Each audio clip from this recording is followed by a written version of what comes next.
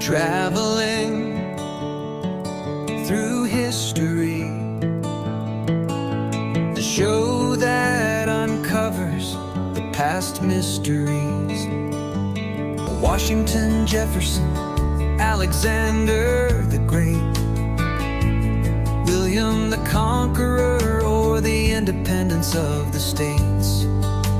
Well, welcome to another episode of Traveling Through History. Tonight we have a really great episode planned, and what we plan to talk about is the Domesday Book. The Domesday Book being a very large survey that was commissioned by William the Conqueror, or King William I, as he was called after he was crowned.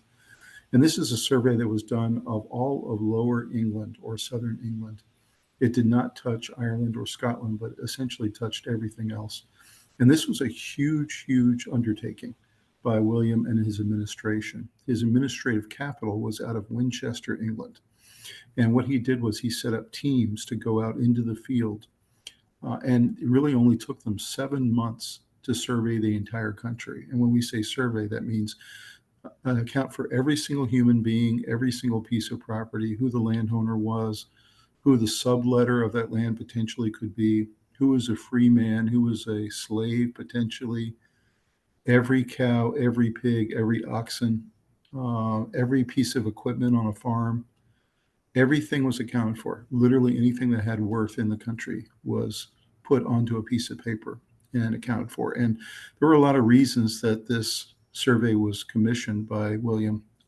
First of all, they wanted to maximize their tax exposure for the people. Essentially, they wanted to maximize their ability to raise revenue for the government. Secondly, they came from Normandy, as you know, and he was now ruling England and Normandy. He had both places to rule. So he had significant administrative and governmental and even bureaucratic organizations set up in both places. And he felt that the only way he was going to be able to rule and administer these two very large regions is to come up with an inventory of what he owned, essentially, or what the British people owned. And so this was an idea that he came up with along with his top men. And it was something that was very similar to what the Normans used to do when they were back in their home country. And that is, they're very good administrators. They're very bureaucratic. Everything in Norman culture was documented. Every contract was on paper and signed. Every administrative decree by the government was put on paper. And this was very different from what the British used to do and what they were used to doing, which was anytime they made an agreement around any type of topic, it was a handshake and it was an oral agreement. They were not used to putting things on paper. So what happened was, after this survey began, the British people, of course, became very unsettled, did not like it, felt like their freedoms were being taken away, felt like they were being imposed upon by these large groups that were coming out into the countryside and interviewing people to find out what they owned. And so they called it the Domesday Book. The Domesday Book itself was a name that came from the people because they disliked this whole process. Originally, it was called the Winchester Book, or the Winchester Survey, because Winchester was the administrative capital. So you can see the people did not like it, called it the Domesday Book, and that stuck. The idea behind the Domesday Book, of course, was that the people felt like it was an imposition on their property and that they already were taxed enough. They didn't want to be taxed anymore.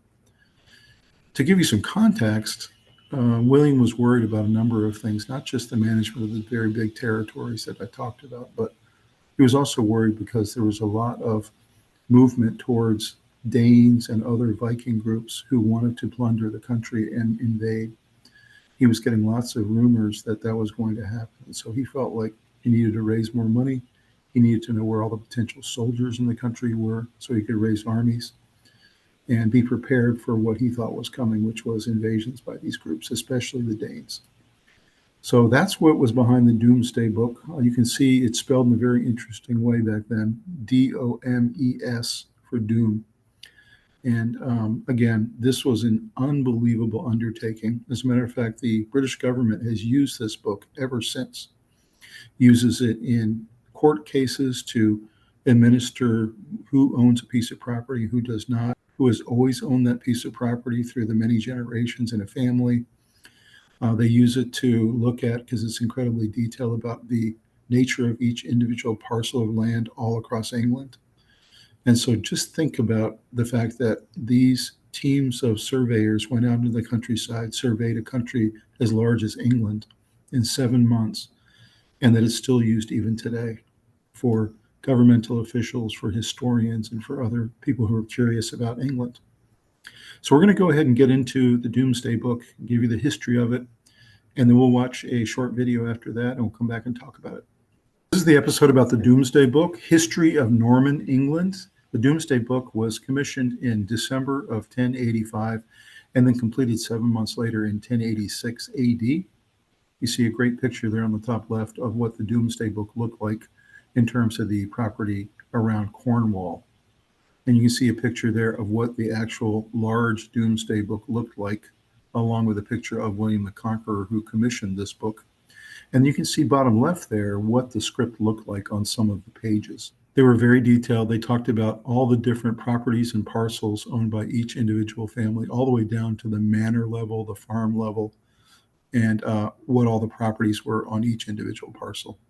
You can see another picture there in the center of individuals who are working their farms and being surveyed by the survey teams that were going out into the countryside. And then on the middle top right, you see there some of the scribes who were taking down the information over those 7 months all across England, and then detailing it into pages, and then eventually collating it into one big manual along with a side manual that was a little bit smaller. So those are all the pictures that signify the collection of the Domesday information.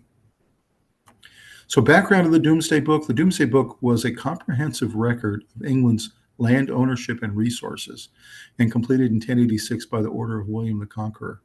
It was a monumental undertaking, detailing who owned what land, how much it was worth, and the resources that that land held.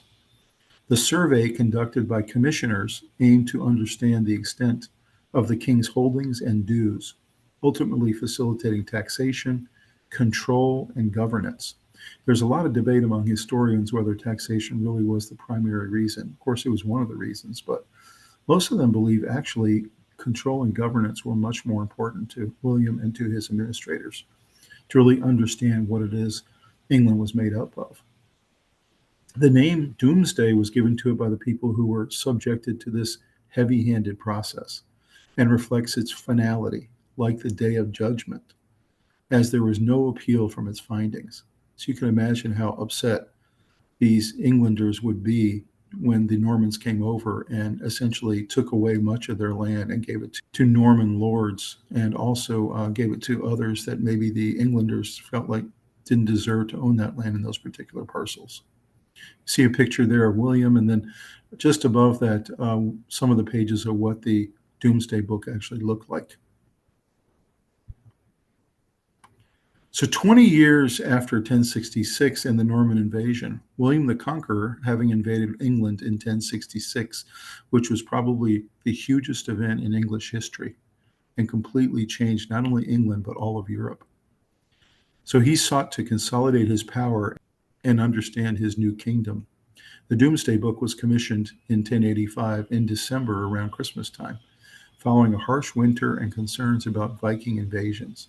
King William was concerned about how to keep control of England while also managing his kingdom back home in Normandy, and felt that a full survey of all lands and property and people in England would help his administration maintain control and maximize revenue. The survey was conducted by commissioners who traveled throughout England, questioning local representatives and compiling detailed accounts of land holdings. They gathered information about land ownership, population who lived there, resources, and values, focusing on who owned the land during the reign of Edward the Confessor, who was the actual ruler before the Conquest. And also the Domesday Book then now looked at who held the property currently and its current value. So the value might have gone up or down based on what had happened the last 20 years after William the Conqueror. The commissioners asked specific questions such as the name of the place, its owner, the number of men living there, the number of plow teams, and the value of the land. And also, of course, how many animals were on that property. So the Domesday Book itself, the survey results were compiled into a manuscript, initially known as the Book of Winchester. and later known as the Domesday Book after English subjects nicknamed it, voicing their displeasure about how it felt like their world was ending. The Domesday Book is comprised of 2 volumes, the Great Domesday Book and the Little Domesday Book. And you can see there on the bottom left what the big one looks like and the little one looks like. Little Domesday covers the counties of Essex, Norfolk, and Suffolk, while the Great Domesday Book covers the rest of England. The Domesday Book is a remarkably detailed record of England's resources, including information about land use, landowners, freemen and slaves, livestock, and even settles land disputes. And it was very important as a legal record. After it was commissioned, it was considered the law. And many cases ever since, even up to today, are often settled by what's actually in the Domesday Book. Details in the Domesday Book. The Domesday Book details land holdings, their value, and the resources associated with them, including number of people, animals, equipment like plows and mills. The book also lists landowners, subtenants, and even mentions local borough and town council members. The Domesday Book meticulously records who owned land from King William down to free men, including nobles, clergy, and other landholders. It details the type and extent of the land. It could be arable land, it could be woodland, it could be pasture. It also details the number of peasants and their status, free or serf, their livestock, and any equipment like plows. The book also includes information on other resources like fisheries, water mills, and salt pans, and even notes the presence of castles and churches. Primary purpose of the survey was to assess the value of land for taxation purposes, allowing William to determine how much he could collect in taxes. Over 13,000 places are named in the Domesday Book, making it a valuable resource for understanding geography and settlement patterns over time of England. The information is organized by county and then by the hundreds, which were subdivisions of the counties. Each manor is dealt with separately, providing a detailed record of its resources, production, and estimated annual income. Essentially, Domesday Book provides a snapshot of England's wealth and resources in the late 11th century, offering invaluable insights into the society, economy, and administration of time. So you can see a lot of detail went into this book. It wasn't just the value of things and every single thing that was worth owning in the country, but also what was the income, what was the production, how productive was that particular area. So it really was truly a comprehensive survey. So what's the significance of the Domesday Book? It provides invaluable insights into 11th century England, including land ownership, economy, and social structures. The book is still very instructive today, as government officials, historians, and land planners alike still refer back to this great survey of all of England. This represented the largest survey of a European country in medieval times, a huge undertaking to be accomplished in just 7 months by multiple teams of survey officials. You see a great picture there on the top right of what some of the survey teams would have looked like as they talked to each of the individual landowners and local individuals that they were surveying. One of the interesting things was it was actually against the law to not answer the questions, number one. It was also against the law to falsify how much land or property or livestock you had, and also to falsify how much it was worth.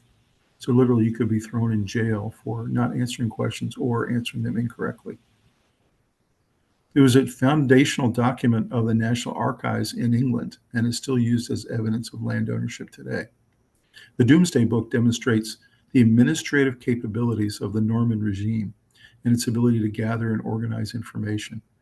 Normans were much more structured with documenting everything in order to govern it than their English brethren, as you can see.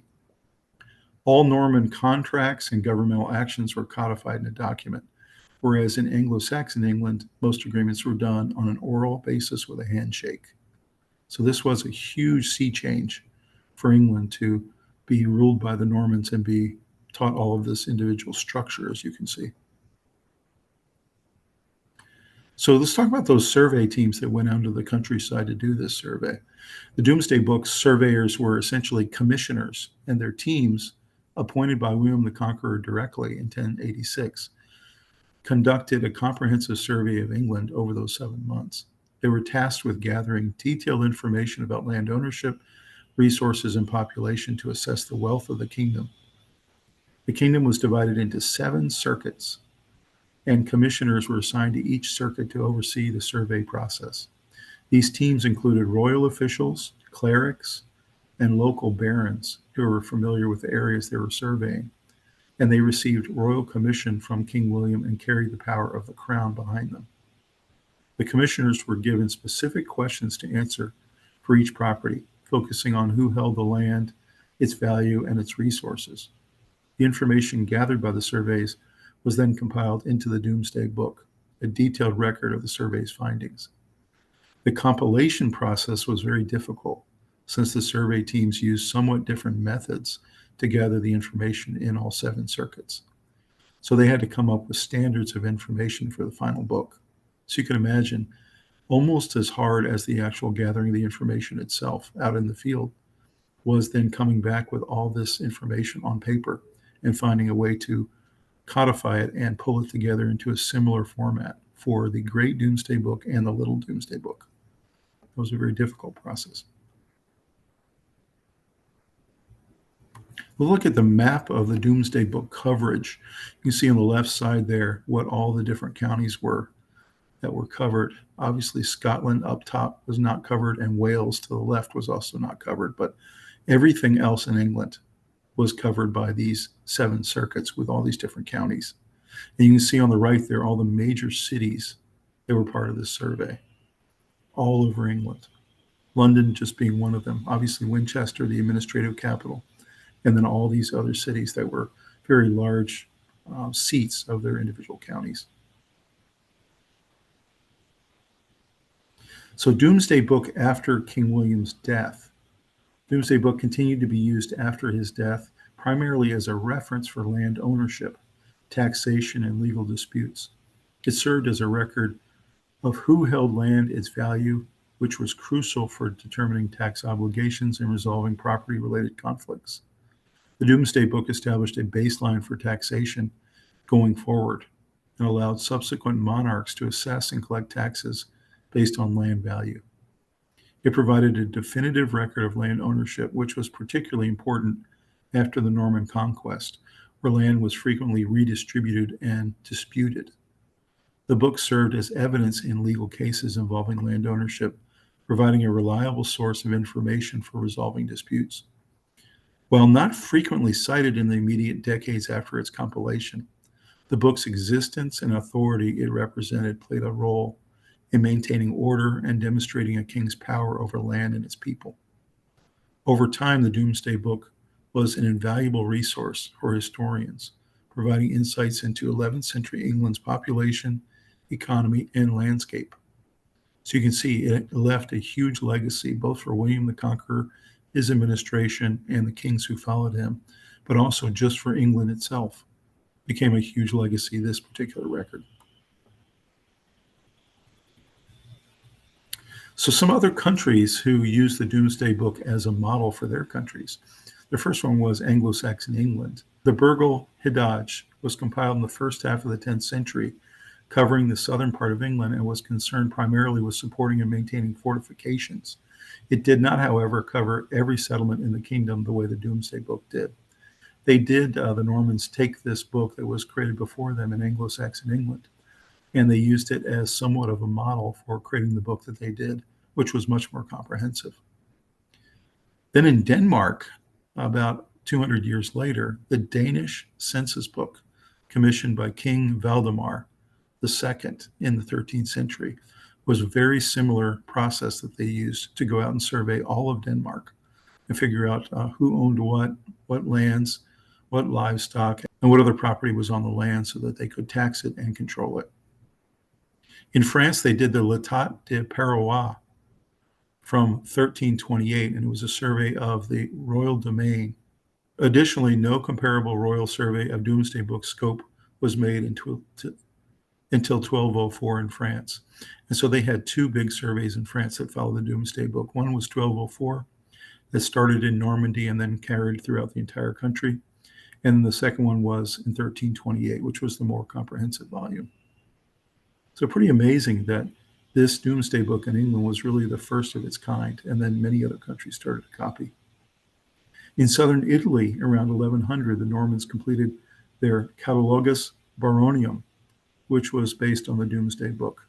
And what they essentially did was take the 6 counties in southern Italy and do a very similar process they did in the Domesday Book to really understand what they owned in southern Italy. In Catalonia, the Liber Fordorium Major was a compilation of the count's rights and supporting documents, and actually surveyed all of Catalonia's land and properties. So it did a very similar process. And then finally, the Crusader Kingdom of Jerusalem, a census was taken in 1183 to ascertain the number of men and amount of money that could be raised against an invasion by Saladin in the Jerusalem area. So they used the same Domesday Book process for the Jerusalem city and surrounding areas as they were preparing for an invasion by Saladin, so they could raise funds and men to get ready for that invasion. Well, just wanted to take a moment to do a shout out to our sponsor for tonight's Traveling Through History episode, and that is Barnes & Noble. And just one of my favorite places to go. Have one very close to my house. Go to it quite often. I like to go through there and just browse through all the great books and magazines. They have CDs, DVDs, everything you can imagine. They even have a little cafe in there. You can sit and drink your coffee or your hot chocolate.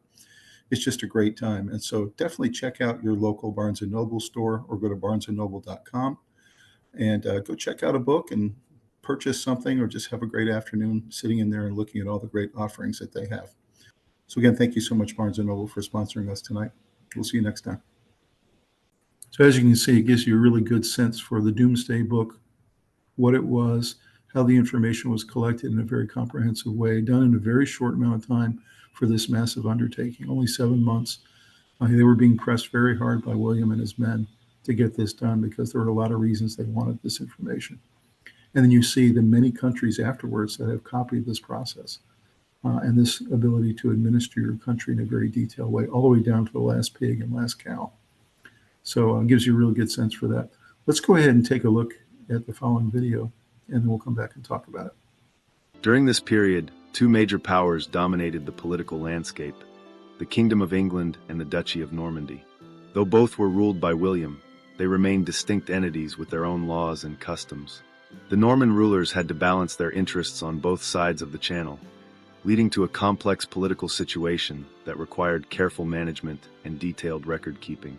This was also a time of significant cultural exchange. The Norman French language became the tongue of the ruling class, while Latin was used for administrative purposes. The native Anglo-Saxon population continued to speak Old English, creating a multilingual society that would eventually give birth to Middle English. The Norman administration brought with it a more sophisticated approach to governance, including detailed record-keeping and centralized control. This administrative sophistication would reach its peak with the creation of the Domesday Book, 20 years after the initial conquest. The survey represented not just a record of properties and resources, but a statement of Norman power and their ability to exert control over their new kingdom through knowledge and documentation. This historical context helps us understand why the Domesday Book was such a remarkable achievement. It wasn't simply a land survey, it was a demonstration of power, a tool of governance, and a symbol of the new Norman order that had established itself in England. The survey would become one of the most important documents of medieval England, providing us with an unprecedented snapshot of life in the late 11th century. William the Conqueror stands as the central figure behind the Domesday Book's creation. Born in Normandy around 1028 as an illegitimate son of Duke Robert I, he survived a troubled youth to become one of medieval Europe's most formidable rulers. By 1086, when he commissioned the Domesday Survey, William had transformed from a duke facing constant challenges to his authority into the undisputed King of England and Duke of Normandy. Known for his methodical and thorough approach to governance, William's decision to create the Domesday Book reflected his characteristic attention to detail and his desire for complete control. After spending Christmas 1085 at Gloucester, he announced his ambitious plan for a comprehensive survey of his English kingdom. This decision came at a time when he faced potential invasion threats from Denmark and internal tensions within his realm. The royal commissioners, who served as William's eyes and ears throughout the kingdom, were carefully selected for their loyalty and competence. These men were typically Norman bishops, barons, and trusted administrators, organized into several teams that traveled different circuits across England. Among the most notable commissioners were Bishop Remigius of Lincoln, William of St. Calais, Bishop of Durham, and Robert, Count of Mortain, William's half-brother. These commissioners carried with them the king's authority and were empowered to demand accurate information under threat of severe punishment for false declarations. They operated through a sophisticated system of inquiry, conducting their investigations hundred by hundred, village by village. Their methodology was remarkably thorough. They would summon local juries consisting of villagers, priests, reeves, and other local officials who were required to provide detailed information about their lands and communities. The landowners and local authorities played a crucial role in this massive undertaking.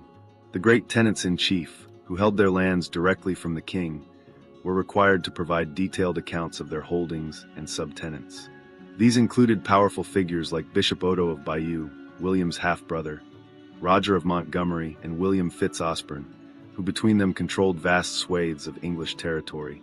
Below these great magnates were the local sheriffs, who administered the shires on behalf of the king. They were responsible for gathering preliminary information and ensuring the cooperation of local officials and inhabitants. The sheriff's knowledge of local conditions and personnel was invaluable to the commissioner's work.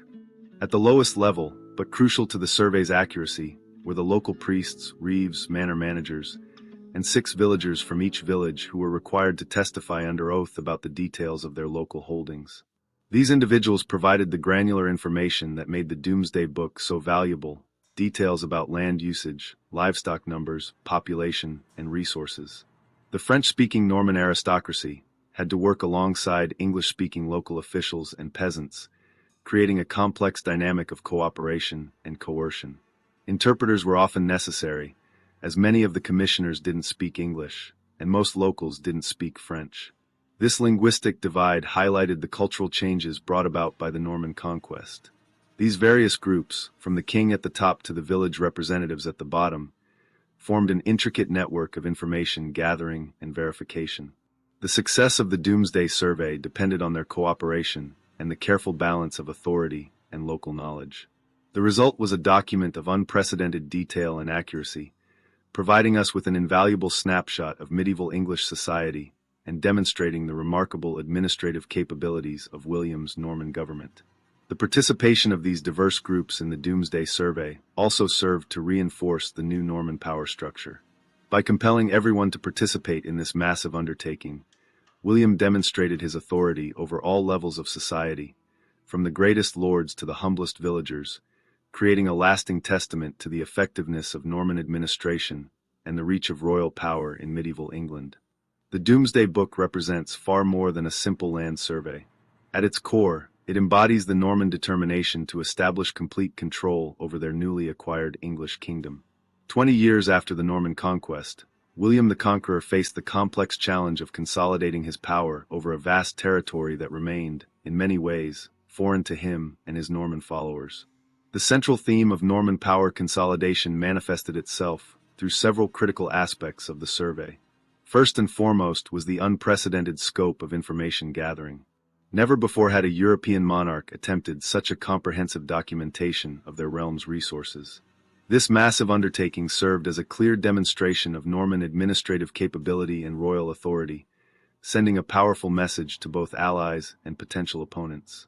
William's position in 1086 was far from secure, despite his military victory 2 decades earlier. He faced multiple challenges that made the creation of the Domesday Book a matter of urgent necessity. Danish raiders continued to threaten the English coast, while Welsh princes conducted raids along the western borders. Within England itself, pockets of resistance to Norman rule persisted, particularly in the north. Moreover, William had to manage complex relationships with powerful Norman barons who, having helped him conquer England, now held significant lands and influence. The king's need for detailed information about his kingdom's wealth and resources stemmed from several practical concerns. First was the military aspect. William needed to know exactly what military resources he could call upon in times of crisis, including how many knights each tenant-in-chief could provide. The survey carefully recorded the number of men available for military service in each region, providing crucial strategic information for defense planning. Financial considerations were equally pressing. The Norman administration required substantial resources to maintain its control over England. The Domesday Survey provided precise information about tax liabilities, helping William maximize his revenue collection. It documented who owned what it was worth, and what taxes were owed, creating an early form of national tax database that would prove invaluable for royal administration. The survey also served to resolve property disputes that had arisen in the wake of the Norman conquest. Many Anglo-Saxon estates had been confiscated and redistributed to Norman nobles, leading to numerous conflicts over land ownership and boundaries. The Domesday Book's detailed records provided a definitive reference point for settling such disputes, strengthening legal clarity and Norman authority simultaneously. Perhaps most significantly, the Domesday Survey served as a powerful psychological tool. The very act of recording every detail of the kingdom's resources demonstrated the reach and thoroughness of Norman power. No person, no piece of land, no resource was too insignificant to escape the king's attention. This comprehensive documentation created a sense of omniscience that enhanced royal authority and deterred potential resistance. The name Domesday itself reflects the survey's authority and finality. Just as the Last Judgment described in the Christian Bible was considered final and incontestable, so too were the survey's findings. The Anglo-Saxon Chronicle reported that not a single hide, not 1 yard of land, not even an ox, cow, or pig was left unrecorded. This thoroughness made the Domesday Book the final authority on property matters, its judgments as binding as divine decree. The creation of the Domesday Book also marked a significant shift in governance methods. It represented a move away from the more personal, relationship-based rule of Anglo-Saxon kings toward the more bureaucratic, document-based administration favored by the Normans. This transformation would have lasting implications for English governmental development, setting patterns that would influence administrative practices for centuries to come. William's urgent need for information reflected the precarious nature of Norman rule in its early decades. Despite their military victory, the Normans remained a minority ruling elite, governing a potentially hostile population. The Domesday Book provided them with the detailed knowledge necessary to maintain effective control, manage resources efficiently, and respond quickly to threats. It stands as perhaps the most impressive example of how information gathering and documentation could serve as tools of power consolidation in medieval governance. The daily work of the royal commissioners during the Domesday Survey offers a fascinating glimpse into medieval life. These officials would arrive in a town or village with great ceremony, their presence announcing the king's authority. Their arrival would throw local communities into a flurry of activity, as everyone from the highest lord to the humblest peasant prepared to provide the required information. The commissioners' routine was highly structured. They would typically establish themselves in the local 100 court, a traditional meeting place for the community. From there, they would summon representatives from each manor and village within their assigned circuit. Their work would begin early in the morning and continue until dusk, with scribes meticulously recording every detail in Latin on parchment. The interaction between commissioners and locals created a unique dynamic. The language barrier was often the first challenge, Norman French-speaking officials attempting to communicate with English-speaking locals. Interpreters, usually local priests or bilingual officials, played a crucial role in these exchanges. The commissioners would read out a standardized list of questions, known as the Inquisitio, covering everything from land ownership to livestock numbers. Local life would effectively come to a standstill during these inquiries. Small groups of villagers, typically including the village reeve, the priest, and 6 senior peasants, would be sworn to tell the truth under oath. They faced a difficult position. Understating their resources might leave them unable to pay their dues, while overstating them could lead to increased taxation. The pressure was intense, as providing false information was considered a serious crime against the king. The social structure revealed by the Domesday Survey showcases the dramatic transformation of English society after the Norman conquest. So you can see so many interesting things coming out of that video. The first one is 1066 being the most important date in English history, the conquest by William the Conqueror of Harold Godwinson and taking over of England by the Norman administration. But you heard in the video that the Normans only made up about 13% of the population 20 years later. So essentially 13% were trying to manage or administer or control 87% of the population. And so William knew that, and his men knew that, and they understood that they needed to have a document that comprehensively understood everything that was in England, including the people, and who was military-age men, what individuals could do what they could produce off their farms. All really important information if you're trying to administer a territory as large as England was, with only 13% of the population. In addition, you heard the pressures he was also getting back home from Normandy. He had to also manage there. So often William was going back and forth, and in a lot of ways he spent more time in Normandy than he did in England.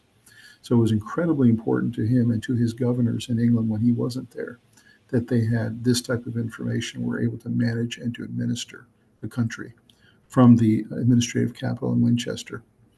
So really interesting information there. As you saw, the information was so comprehensive and so overbearing that they went down to the last pig and the last oxen in the country.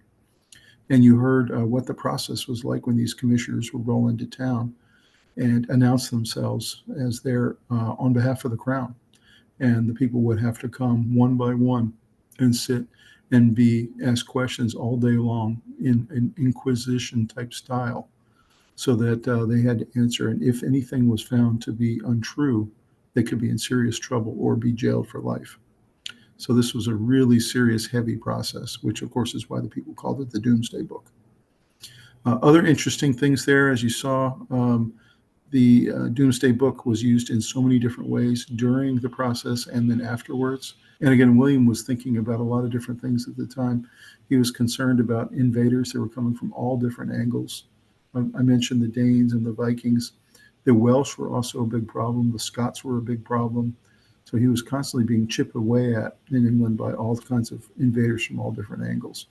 And so it was very important to him and to his administration that they understand if they had threats and they need to raise armies, how to do so, both from a financial standpoint and from a person standpoint.